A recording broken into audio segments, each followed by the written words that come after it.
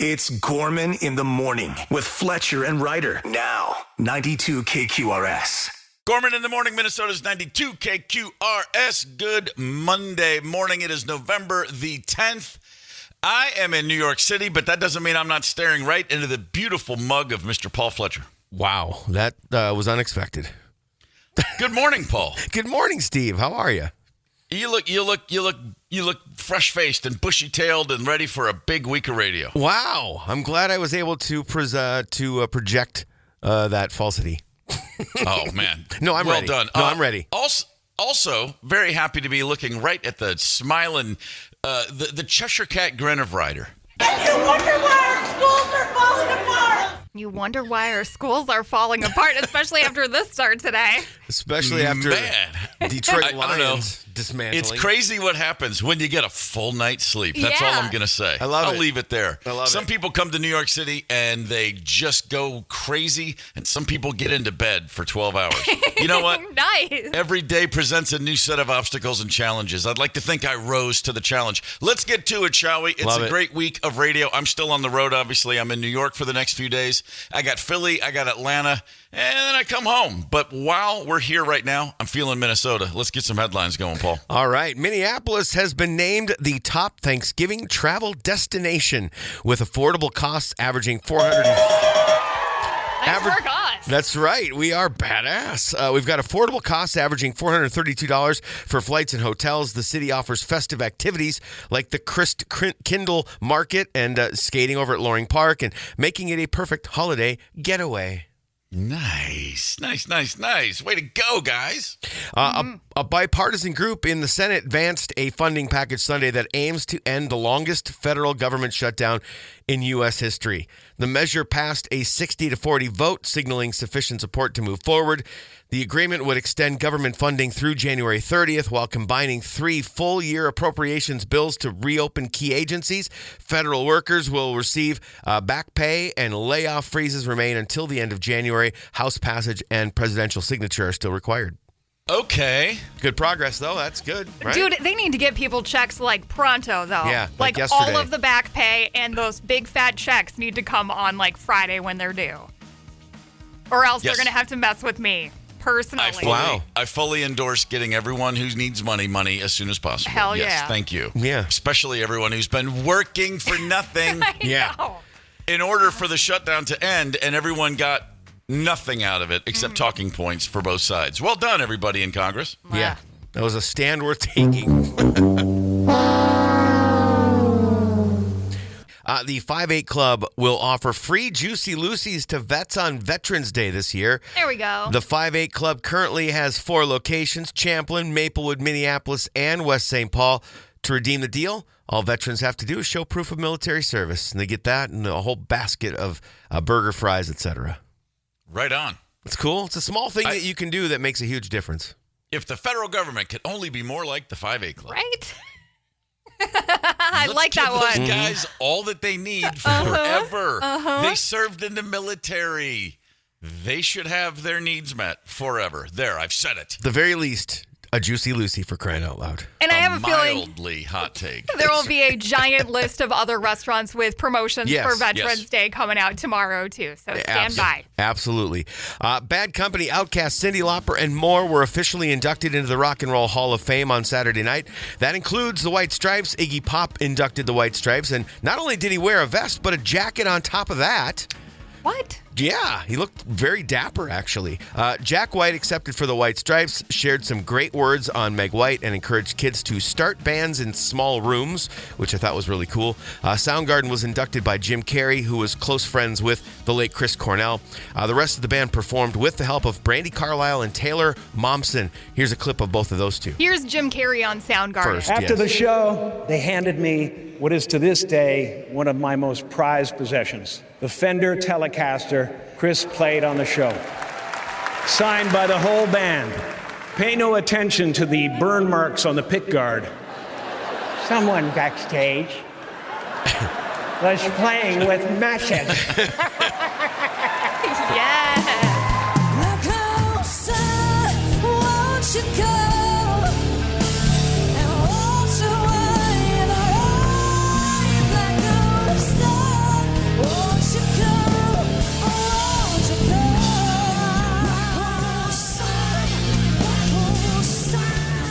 Chris Cornell's daughter did Fell on Black Days, too. Very cool.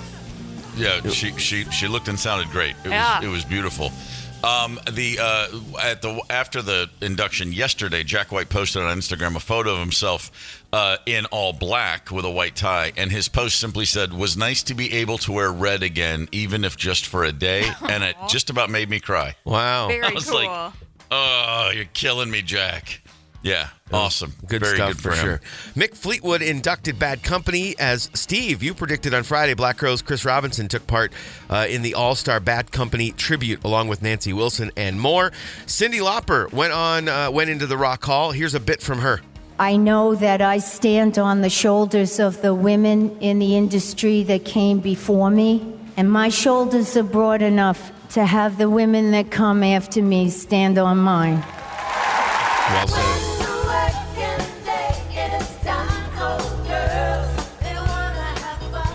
Cyndi Lauper and Avril Lavigne, along with a whole bunch of other people, I believe, right there. Captain Lou Albano in the video back in the day. Looking back, it was such an innocent time in the early 80s when Cyndi Lauper was like, oh my God, she's crazy. Yeah. She's got weird streaks of color in her hair. And Right. look at that skirt. Absolutely. As expected, David Letterman inducted his friend Warren Zevon. Dave brought along a guitar Warren gave him before he died. Here's a clip of Dave and the Killers who used that guitar for their performance of Lawyers, Guns, and Money. The last time I saw Warren, after the show, Warren goes up to his dressing room. He's got a guitar there that he's used every time he's appeared on our show. He picks up the guitar and he puts it in the guitar case. He hands it to me and he says, "Take care of this for me." So for 22 years, I have taken care of the guitar. This is the guitar right here. Tonight it's going back to work. I'm hiding in Honduras. I'm a desperate man. Send lawyers, guns, and money. The ass hit the fan. Nice. Yeah. Nice job, Killers. They did a great job with that song. They should record that really sucker, did. man. Like, for real. They really did. Yeah. I didn't have a feeling either way. I was like, Killers doing Warren? Okay. Man, it was great. Yeah, it worked. Fantastic. Yeah, for sure. Hey, let's talk sports real quick. The Ravens beat the Vikings yesterday 27-19, and the fact that it was that close was a bit of a miracle, honestly. If you're looking for silver linings, have fun.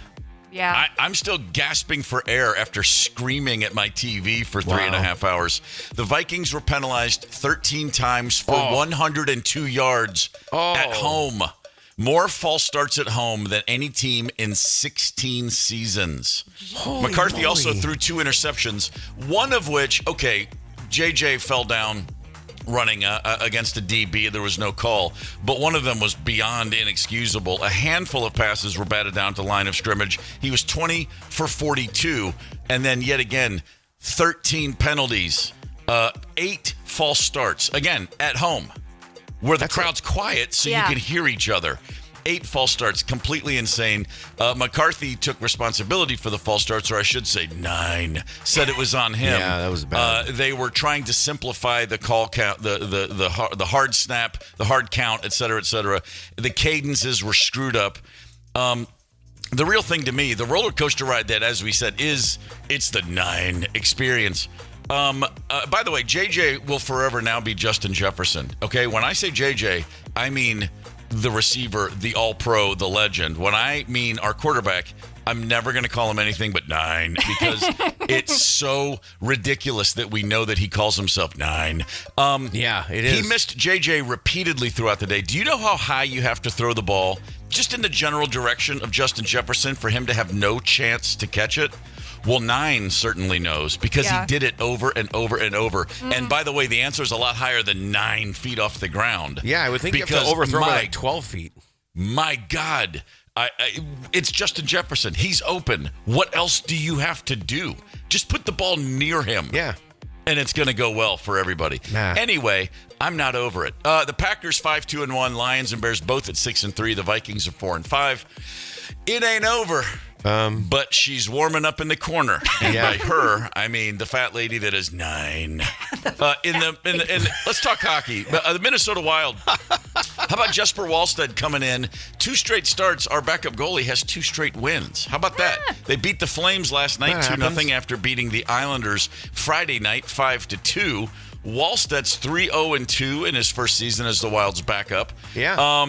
Hang on a minute. They've won more than they've lost in the last 8 days. There we go. Figure. Yeah. I think Come on, boys. They got one It's loss. starting to come around. Like one loss in the last 5 games or something? Yeah, 17 games, 17 points. It could be worse. Tuesday night, the Sharks come into town. Let's see what happens. I'm excited. The Wolves have righted the ship, as they say. Ant-Man last night, 26 points, 4 rebounds, 5 assists, 2 steals. They destroyed the Sacramento Kings in Sacramento, 144-117. They have won for the 4th time in 5 games. The second in a row was a blowout. Friday night, they beat Utah at home by 40. Now they blasted Sacramento, and the Jazz come here tomorrow night. So this is a good little extended weekend for the Minnesota Timberwolves. Credit River, what's up, girl?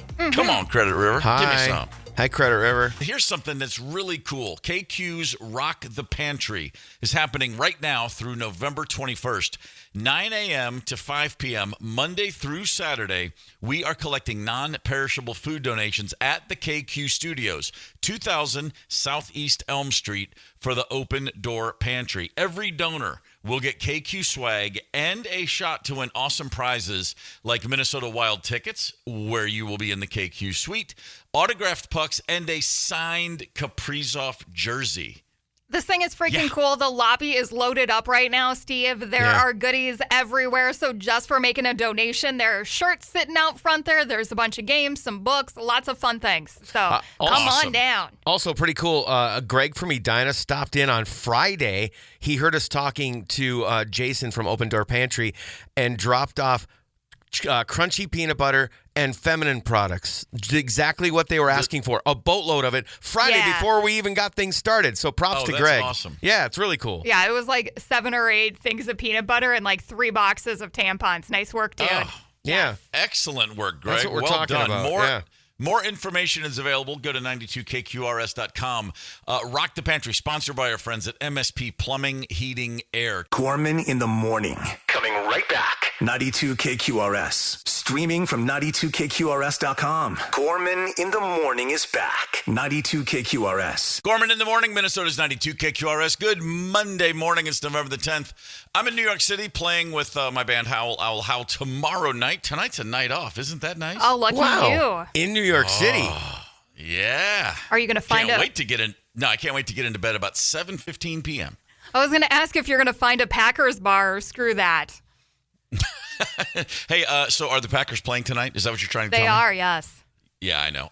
No, I'm not going to do that. I would avoid. I don't find Packers bars anywhere in the world, and especially not in New York City. Can you imagine how obnoxious a Packer fan in New York City would be? Oh boy, that's over the top.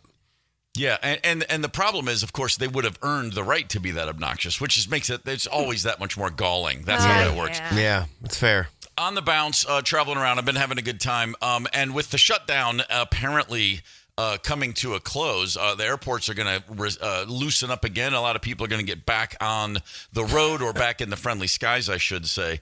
Let me ask you guys a question. If you're traveling, I don't mean like a road trip where you are in control of your environment, but if you're taking a flight or even 2 to get somewhere, do you think ahead about the snacks you're going to eat on the flights or in between, like during a layover, or do you just throw caution to the wind and figure it out on the roll? Fletcher, do you think about it ahead of time? Do you ever carry on snacks intentionally onto the plane to get you from A to B? I generally try to eat ahead of time because I don't want any stomach issues. You know what I mean? When I'm stuck in a tube with other people in close quarters, and so I try to find something light that will that'll keep me full and keep my tummy happy.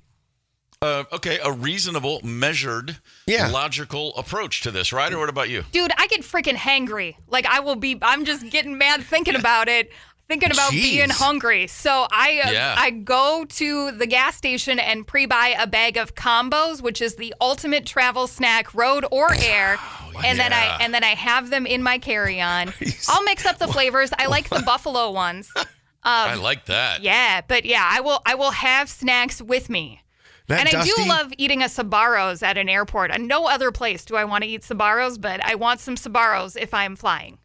You know what? That's interesting. It's funny.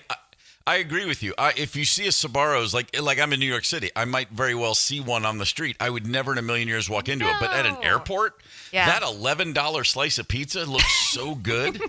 You're like, now it's like 17 probably. It's like, oh, wow, yeah.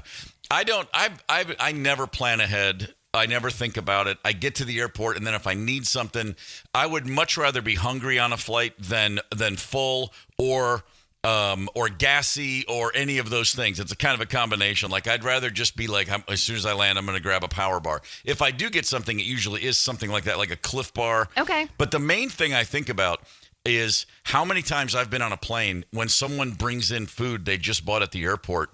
And it smells like fresh, hot food. Like a meal? Like they're bringing in a meal?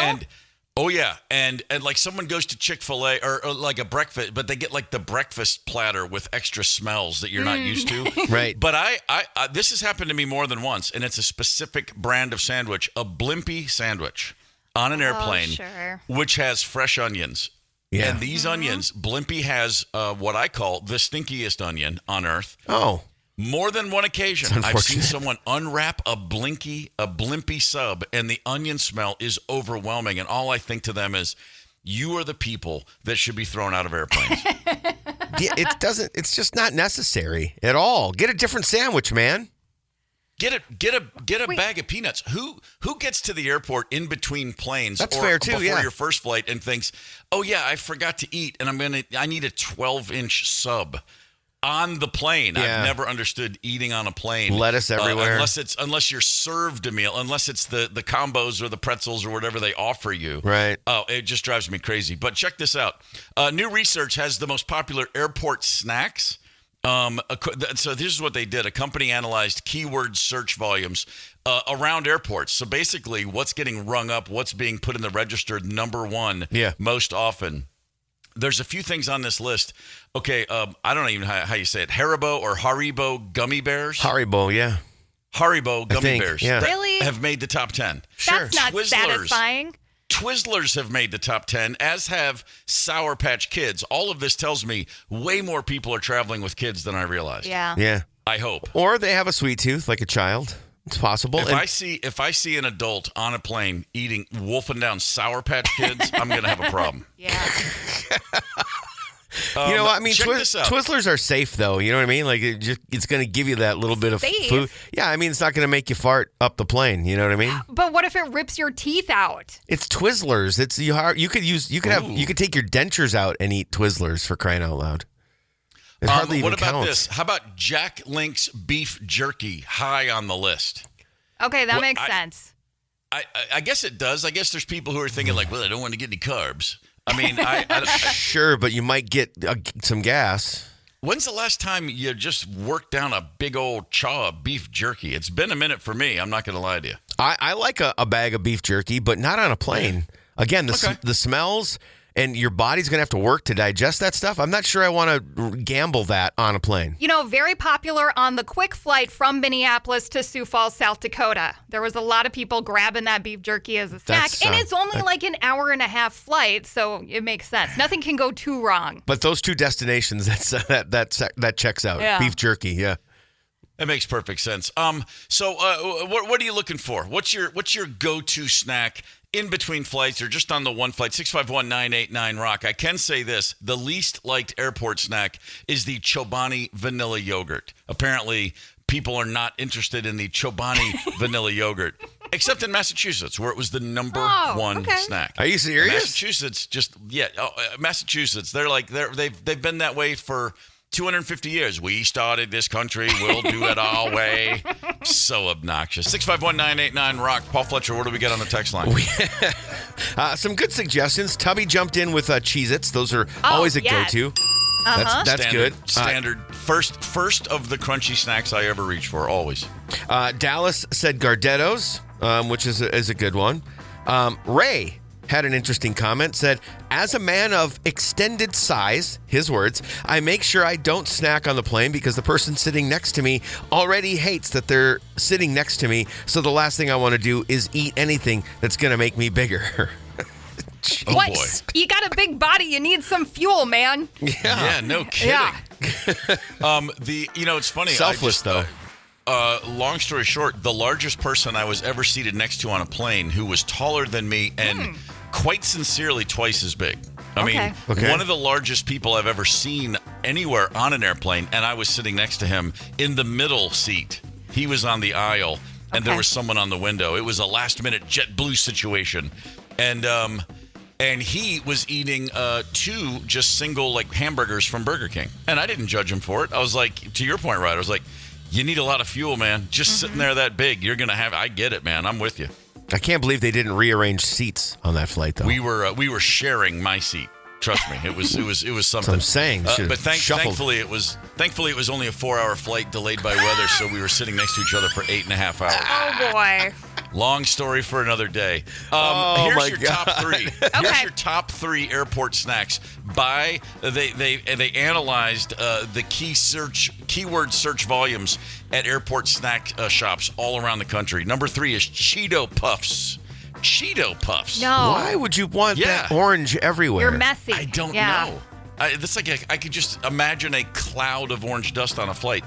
Number 2, the aforementioned Jack Link's beef jerky. Number 2 on the list. Yeah. And number 1, I guess I shouldn't be surprised. It's just such a comfort food thing, I guess. Oreos. Oreo cookies. Yeah, and you know what? Relatively risk-free. You know what I mean? You're not going to get gassy. It might fill you up a little bit. It's good tasting. It's easy. Is milk generally available on a plane? I haven't asked in a long time. If somebody walked down, if the flight attendants brought the cart down the aisle and they were offering the little elementary school cartons of milk, I'd be a little like, wait, really? What? What's happening there? Yeah, you know what? But yeah. I'm the one person on the planet that doesn't care about milk when I'm eating an Oreo. Oreos are so great, they don't need milk. But they're like exponentially better with milk. I understand that Oreos are great, but come on. I think the word for not needing milk with an Oreo is communist. I think that's what that word means. Okay, well, in this case, God darn it, I'm a freaking communist, I guess. There you go. There you go. Own it, man. Yeah. Fly that French flag of yours.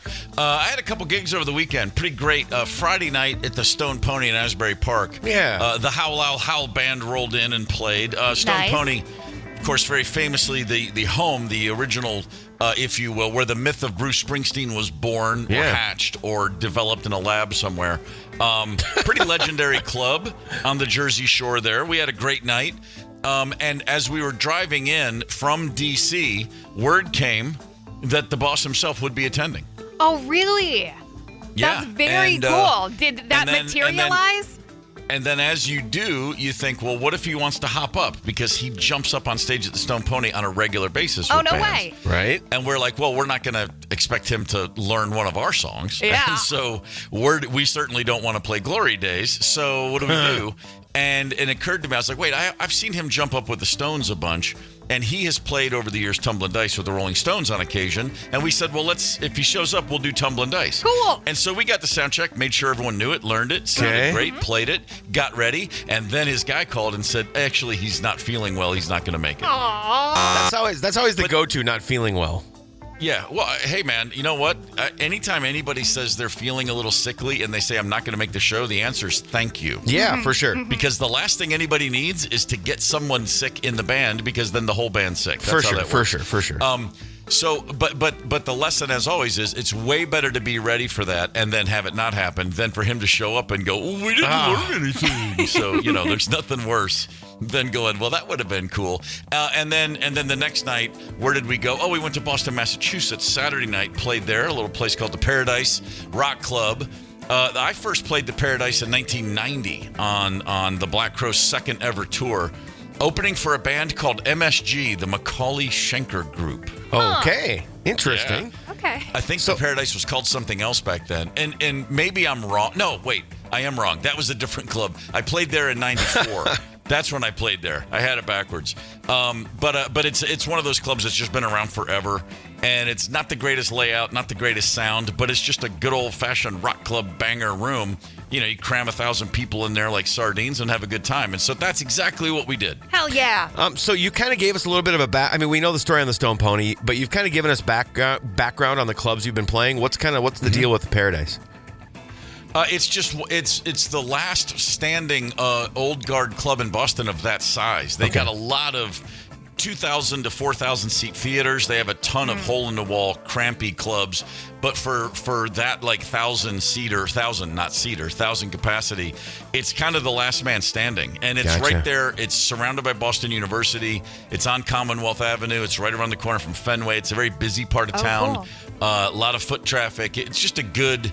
it's just got that feeling. You walk in, it's no different than First Ave. You walk in, you're like, there's been a billion shows here. There's going to be a billion more, and they know what they're doing. It's that kind of place. Nice. You feel it, the history. Yeah, it's totally cool.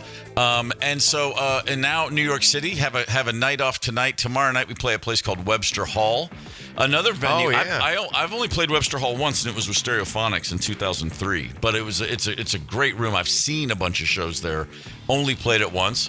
Looking forward to that. So we're halfway home. It already feels like, we're on the back nine of this tour now, and everyone's already getting sad. It's like, oh man. I saw Darius is going to be on the Today Show this morning. You're busy. Are you sending Mike Mills down with a sign to stand on the plaza?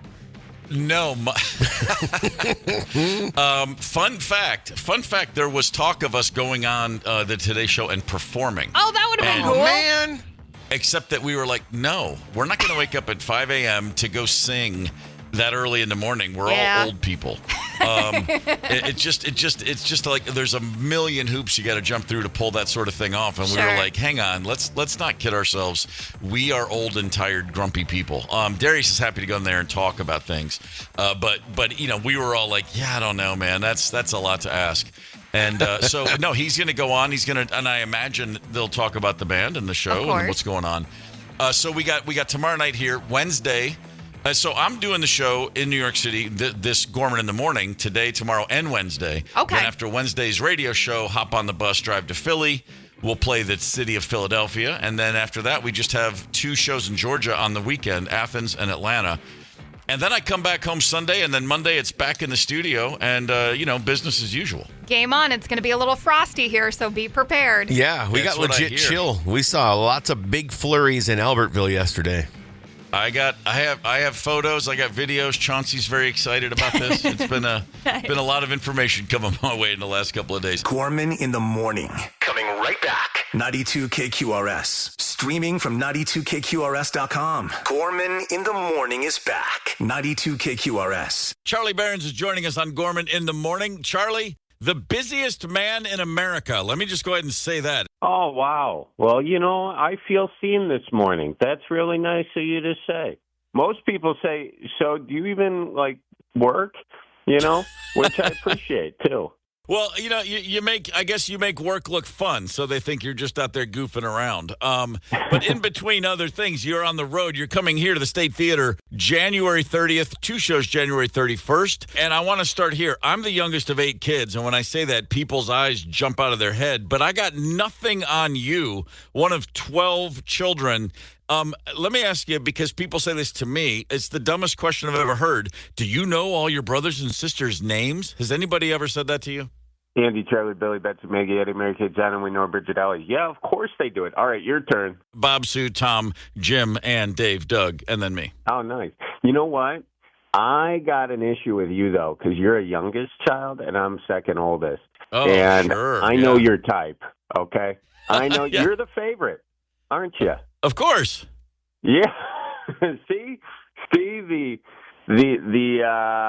I don't even know the word for it, but just the way you go through life, it's that you're you know what? I'm taking out stuff on my younger sister on you right now, and that's not fair. Okay. No, it's very true. I mean, I didn't walk until I was 16 months old because everybody just wanted to hold the baby. It's a whole different experience.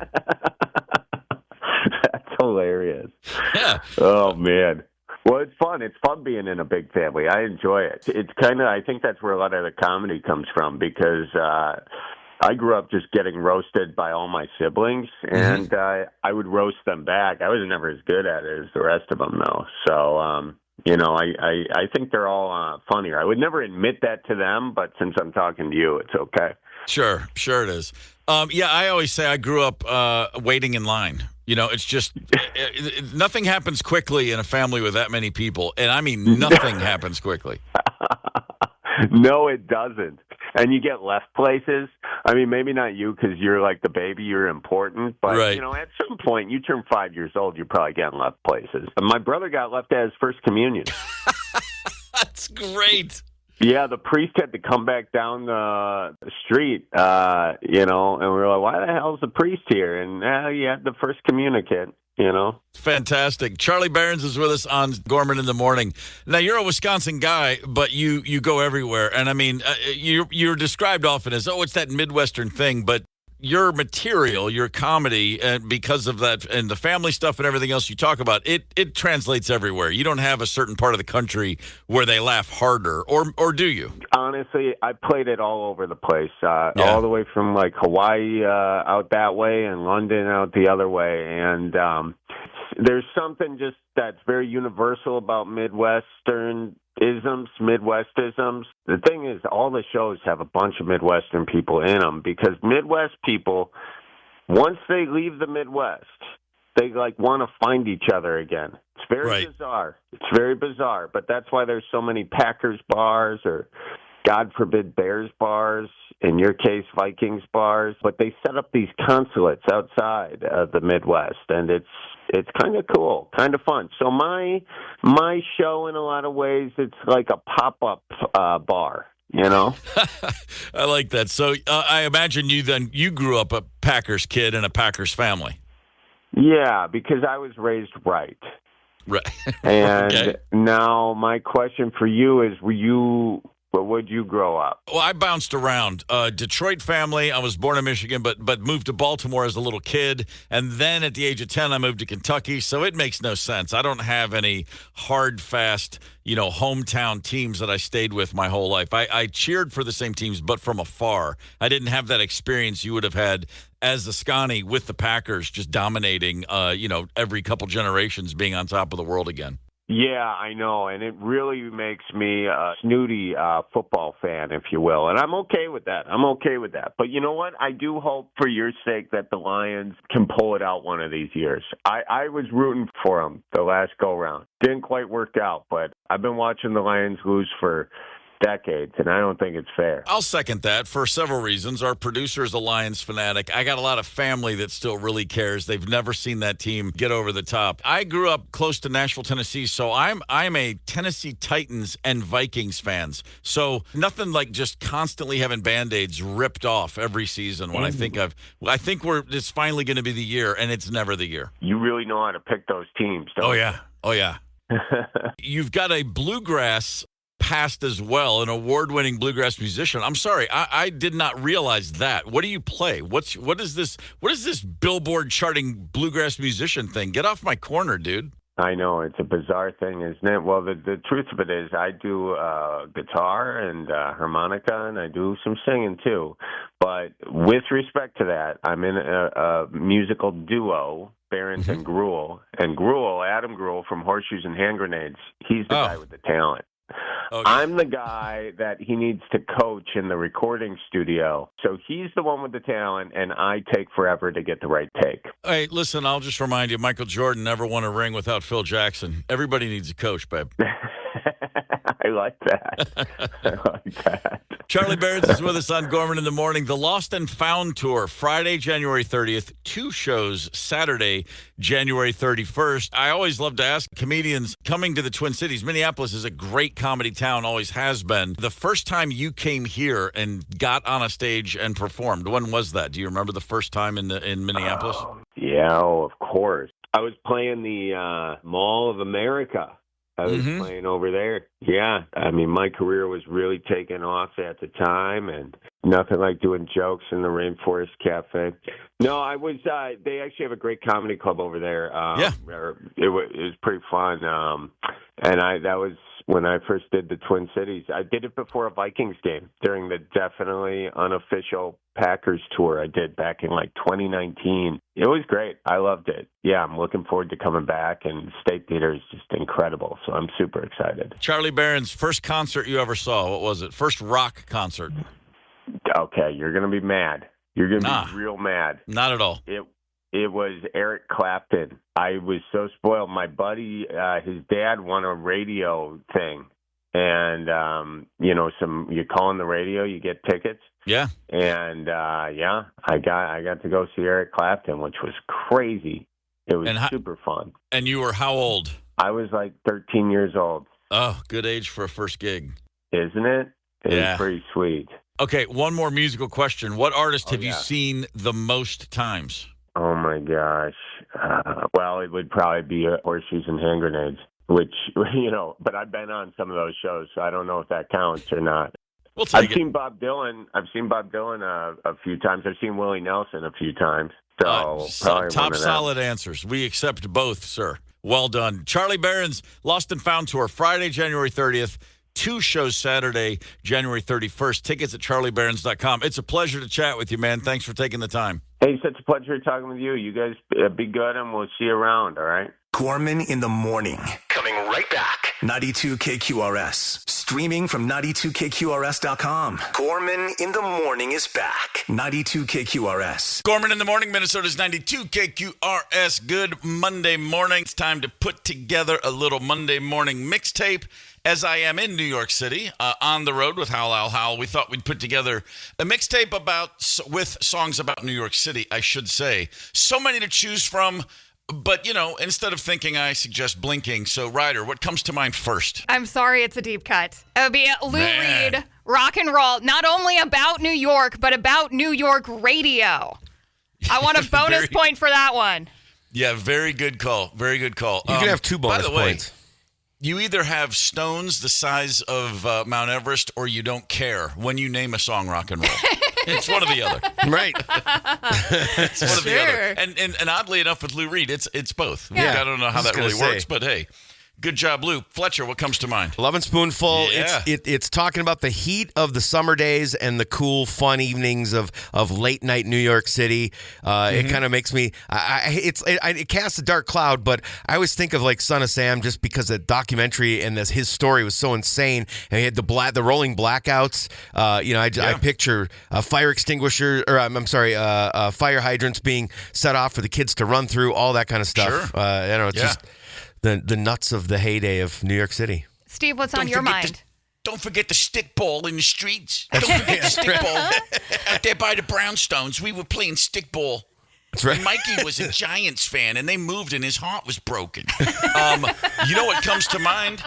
First thing always, before I knew what chicken vindaloo even was, I knew the Ramones were cool, and I knew that if I ever got to 2nd Avenue in New York City, I was going to eat some chicken vindaloo, and the first time I ever went to New York City, that's exactly what I did. Come on. Who better to represent the fine city of New York than the Ramones? Didn't have Google to figure out what chicken vindaloo was. All I knew was I was going to get some. Well, then it's so confusing because in the video, Joey Ramone's eating just a chicken leg and then chucks it out the back of the convertible. That is not chicken vindaloo. But and of course, as a Kentuckian, I thought they must have their own type of fried chicken up there, and they call it vindaloo for some reason. No, that was not the case at all. I mean, 651-989-ROCK is your Luther Westside Volkswagen talk and text line. Go ahead, load up the Monday morning mixtape. We will fill it in with your suggestions. Connect with us on the KQ talk and text line. 651-989-ROCK. That's 651-989-ROCK. 92 KQRS. Gorman in the morning, Minnesota's 92 KQRS. It's a Monday morning, and I am in New York City. Therefore, ergo, a Monday morning mixtape of New York City songs has been assembled. Mm-hmm. It was quite the feat. There are so many songs about New York. It really is true. And by the way, credit to the listeners, because, man, you guys have sent in so many great tunes. Whatever comes to your mind first, trust me, there's another one that's better from the next guy over. That's right. And it's been that way all morning on the text line. It's been Let's line endless. it up. Side A. Yeah. We just lost him. The spaceman, Ace Frehley, New York Groove. Get it. No shortage of people suggested this one. Eric in Cottage Grove, we're going to give you top billing, but a lot of people followed you with this suggestion. Oh, by far the most popular. When the Kiss solo albums came out, Ace was the one everyone's like, he's actually the best. No one saw that coming. Right. It's like George Harrison released All Things Must Pass, and everybody's like, oh, Hey, wait a minute. What's going on? Whoa. And I'm the first person who ever compared Ace Frehley to George Harrison. I just did it. Another New York song, courtesy of Tracy Liz and many more. Billy Joel, New York State of Mind. That's a given, I think. Sure. We've all heard it a million times. That's him trying to be Bob. I'll take it good. Yeah. You can just hear the producer and the guy from the label go, no, dude, don't sing it like that. Yeah. Billy's like, no, I'm doing it. I'm going to do what I'm going to do. How about this one from Rochelle? Jay-Z and Alicia Keys, New York State of Mind. I'm sorry, Empire State of Mind. Oh, yeah. So good. You only got to hear it once. Stuck in your head all day. Earworm. Oh, incredible. Shane from Clear Lake, Iowa. Bringing in U2, Angel of Harlem. This is what I was going to say is I totally forgot about this song somehow. I don't know how. I'm glad Shane on the Facebook page has your back, man. Yeah, thank you. God, what a great song.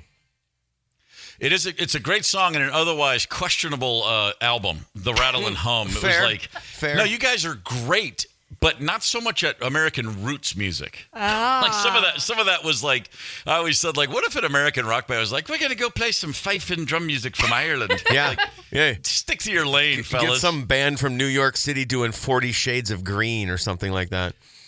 Stephen, Apple Valley, making Fletcher's day by suggesting this next one. The Beastie Boys, of course. No Sleep Till Brooklyn. I mean, really, there's a bunch of Beastie songs we could have put in here because they're pretty much all about New York, but... Oh, yeah. But this is So tough many. to beat. God. It's tough to beat. God, I love the Beasties. When that record came out, I mean, I didn't want to like it just because it was just so in your face, and I was way too much of a thinking man back then. Thankfully, I outgrew that. But I recognized why it was popular, and I was like, yeah, it's pretty good. But I still would have never thought that it would still sound so amazing 40 years later. 100%. It really does. And you know what's credit. All right. You know what's kind of funny about that is they turned into a thinking man's band. They certainly did. Let's move on to side B. And just so you know, this is what really just warms the every little cockle of my four-chambered heart. The fact that we are going all one artist on side B. And that's right, I said the word artist. Tubby, plenty more. Mac D getting special props on this one today. Side B, all Ramones, baby. And we're going to kick it off with I Just Want to Have Something to Do. This was the first one I thought of. You say New York, and I think about 2nd Avenue and Chicken Vindaloo forever. That was that was the first New York song you thought of when you thought of Ramones? When I thought of anything, when I thought of New York songs, that's the one that came to mind. Yeah. Oh, damn. 6th Street between 1st and 2nd Avenue was an entire block of just Indian restaurants for years in New York City.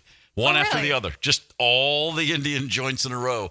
And I did my best to go to every single one of them in the 90s. And, man, it was always late. And, I wish I remembered any of it. Nice. Next up on side B, Sheena is a punk rocker. New York City really has it all. They really do have it all. I mean, how about this? We're a Happy Family. Yeah. The Ramones. Sitting here in Queens eating refried beans. The royal we, I would say. Of course, then there's Rockaway Beach. Come on. Rockaway Beach actually shows up in the top 10 in a lot of New York lists, songs about New York lists. So that's a good poll for sure. And then we'll close it down with 53rd and 3rd. My former rock and roll combo, the Black Crowes, we did several gigs where we would play on Halloween, and the opening act would be us as a alter ego, if you will. We'd open for ourselves. Halloween-themed things. We did BCDC one year, AC/DC covers as BCDC. We were going to be the Ramones in 2008, and I think it was called the Cramones, which I wasn't in love with that name, but we were going to do a set of Ramones songs, and we didn't because we couldn't learn them. Are you serious? What? I'm dead serious. Those songs are so hard to learn because they're very similar. They you can say all those songs sound alike. It's actually when you dig into them and try to figure out the chords and where they go, way more complicated than you imagine. There's a genius to sounding simple when you're not.